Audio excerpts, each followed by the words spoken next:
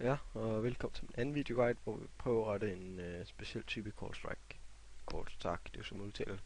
Nå, vi starter med at gå ind og finde vores logfil, som vi finder i Documents, My Games, Farming 2011. Så har vi den her.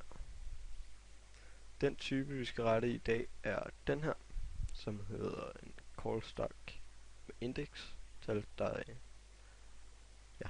Det vi gør, det er allerførst, så ser vi hernede, det er, eller her opgør vi. Her der har vi stien ind til det mod, der er fejl i. Så kan vi så se, at det er en John Deere 8530 V2.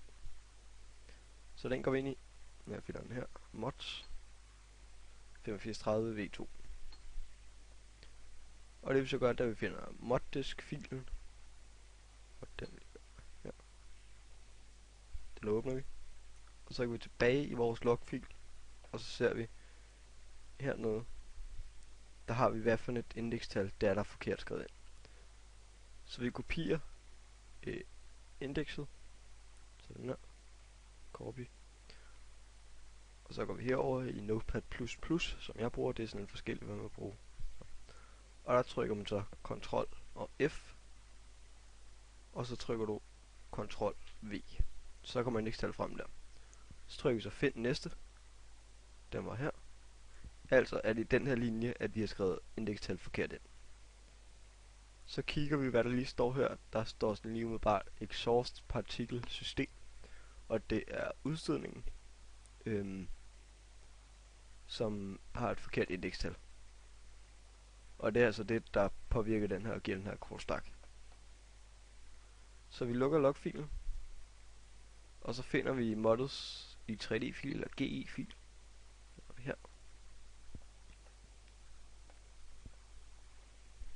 Og så er det med at finde noget, der hedder noget med exhaust, for det var det, vi så inde i XML.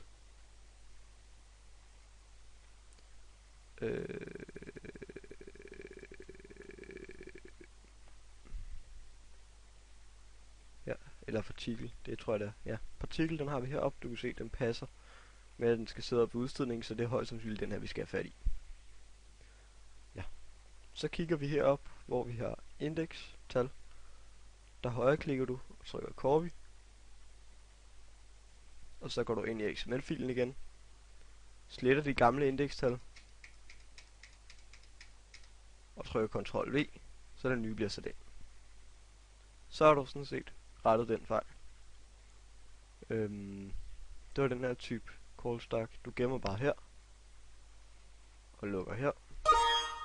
Det behøver du ikke gemme. Og skulle den faktisk være rettet, så er det bare at teste. Held og lykke. Prøv det frem, så kan det være, at der er større chance for, at det lykkes.